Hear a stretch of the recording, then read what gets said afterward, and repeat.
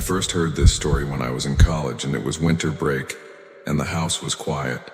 Just me and my dad. I was watching one of those ghost hunting shows. The kind where everything feels staged, too fake to believe. I never bought into that stuff. Neither did Dad. Or so I thought. During a commercial break, I wandered into the kitchen where Dad was drying dishes. Almost as a joke, I asked him, "Hey Dad, do you believe in ghosts?" Without missing a beat, he said, "Yep." I laughed, thinking he was kidding, but the look on his face, he wasn't. It was back at the house in Tacoma, the one you lived in until you were 4. I came home for the weekend, just dinner with my folks. It was early evening, lights still lingered in the sky. Everything was normal.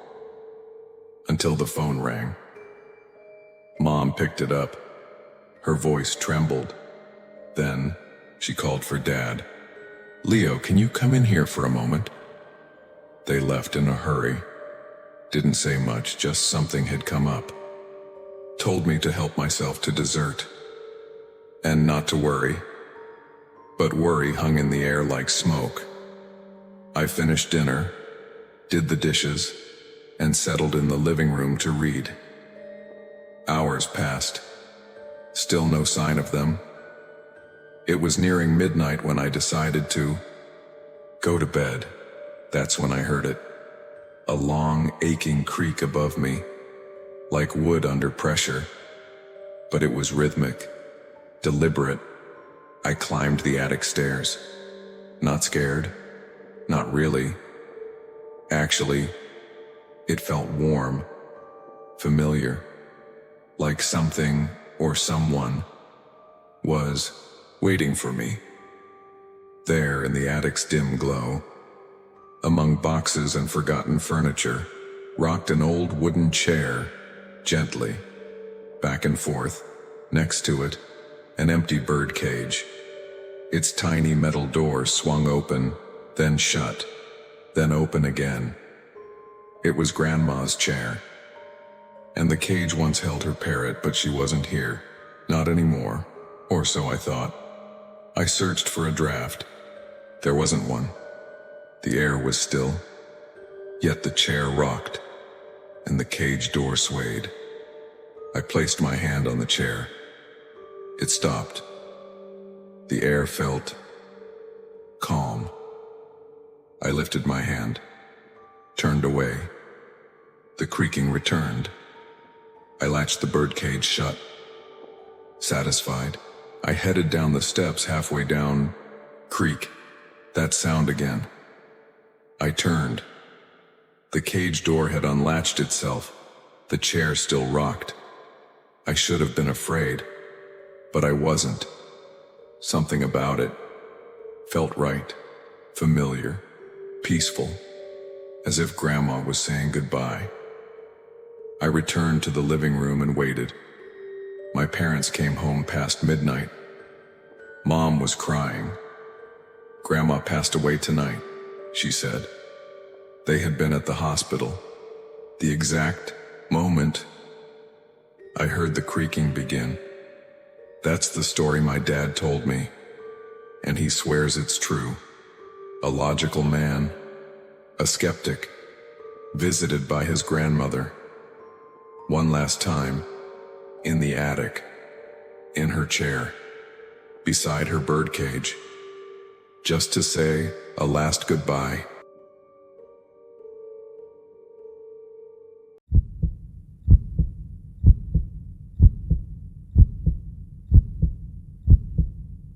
Some houses hold memories, others hold spirits. This is not just a story. It's part of my life. And it begins before I was even born. In a town you've definitely heard of, Sandy Hook, Connecticut. My parents had just bought the house. A decent-sized place in Sandy Hook. My mom was pregnant with me, their first child, and my dad, a skilled carpenter, decided to build an addition to the home. Something for the future, for the family they dreamed of. But as he worked, something strange started to happen. Tools began to vanish. At first it was small, a screwdriver, a measuring tape, easily misplaced. But it kept happening. Every day, another tool gone. He searched high and low, even tore the house apart, nothing. Eventually he gave in and started replacing them, tool by tool. The addition was finally done. My dad had basically repurchased every tool he ever owned by then. And then I was born. They brought me home from the hospital, tiny and unaware. But what they found waiting for them chilled them to the bone. It didn't make sense. No signs of forced entry, no damage to the tools, just sitting there. My parents thought maybe someone had been stealing them and got cold feet. But even that didn't add up. The tools were in perfect condition. Too perfect. The word haunted started coming up in hushed conversations, until one day, my aunt suggested they talk to someone who could communicate with spirits. My mom called her the spirit lady. She walked into our home like she'd been there before. Her eyes scanned every inch as if she were listening to something invisible. She didn't hesitate. She said, "He's here." She said his name was Cato, a runaway slave who'd fled the South and made it to Connecticut. This house, he built it with his own hands. He stayed here even after death, guarding what he considered his home. He was upset, angry that someone was changing his creation. That's why he stole the tools. But when he realized the new room was for a baby, he changed. He returned everything perfectly as an offering. After that, nothing else happened. No hauntings, no shadows, no flickering lights. But we joked about Cato. Cato took the remote again, my mom would say when it went missing. Cato doesn't want you changing the channel. It was comforting in a weird way. Having a ghost around that protected us, we weren't afraid anymore. In 1997, we moved to Boston. Life went on. The story of Cato became a fond family legend, a sweet, strange chapter in our lives. Until 10 years later, in 2007, we got a phone call that brought the entire past crashing back. A relative from Sandy Hook called. There had been an archaeological study done on former slave homes in the area, and our house was one of them. They found signs. An X etched into the chimney base, a shoe buried under the kitchen floorboards. Signs meant to ward off evil spirits.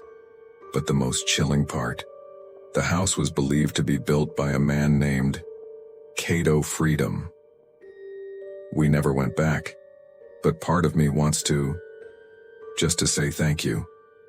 Cato didn't just build a house. He gave me a room, a beginning, and maybe in his own way, he was the first one to welcome me home.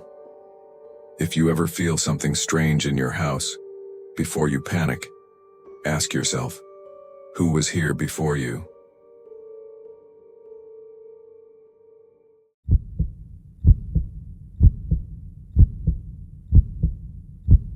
There are stories we hear as children that haunt us into adulthood. Some fade with time. Others claw their way back when we least expect it. This is the one story I could never forget. The one that took something from me. The story of Mr. Long Fingers. I was 10 years old when Grandma came to live with us. 6 months after Granddad passed, she was lonely, surrounded by the ghosts of her own memories. But to me, it was the best thing ever. Grandma was loud, fun, and smelled of boiled sweets. She always slipped me candy. And her stories were the best part. Grandma's stories were wild. Growing up during double wire, running barefoot along the coast. But it was her scary stories that gripped me. She said she used to dabble in the occult. Ouija boards, tarot, seances. One night I asked Grandma why she loved her baths so much. She said they were the only place she felt truly safe. Showers, they were risky. Only if you close your eyes, of course, she said, leaning close. That's when Mr. Long Fingers comes.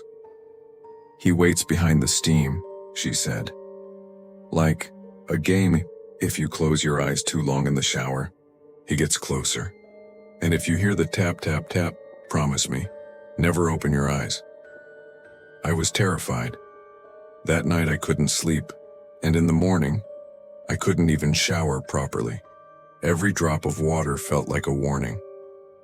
All week I had nightmares, disembodied eyes in the dark, fingers crawling up my back. And when I did try to wash my hair in the shower, I'd count the seconds, heart racing, shampoo burning my eyes because I was too scared to close them. Eventually, Mom figured something was wrong. I told her about Mr. Longfingers and she was furious, but not at me, at Grandma. That night, I heard her shouting through the walls. And the next night, Grandma came to me. She looked sorry. She said she just wanted to protect me. She told me she'd make it right, that she'd scare Mr. Longfingers away. She smiled down at me with those sad blue eyes, and I believed her. A week later, I woke to the sound of water running, loud, the shower. My heart started pounding. I don't know how I knew, but I did. I ran, screamed her name, banged the door, and then I opened it. I saw her, naked on the tiles, eyes wide and staring. One hand curled to her chest, the other still smeared across the glass with claw-like drag marks. They said it was a heart, attack quick, painless, but I knew better. And years later, after the ambulance left, I crept back into that room, into the still warm fog of the bathroom, and I looked closer at the marks on the shower door. They weren't just on the inside. I haven't used a shower since that day. I don't let my family use them either. They think it's trauma, but it's not. I just remember the sound. The tap, tap, tap of fingers on glass. You're watching Night Whispers. Subscribe and turn on the bell button if you're not afraid of what whispers back. If you also want me to read a spiritual incident that happened to you or someone you know, you can share it by email. The email link will be given in the description box. And be sure to share your feelings about hearing the incident in the comments.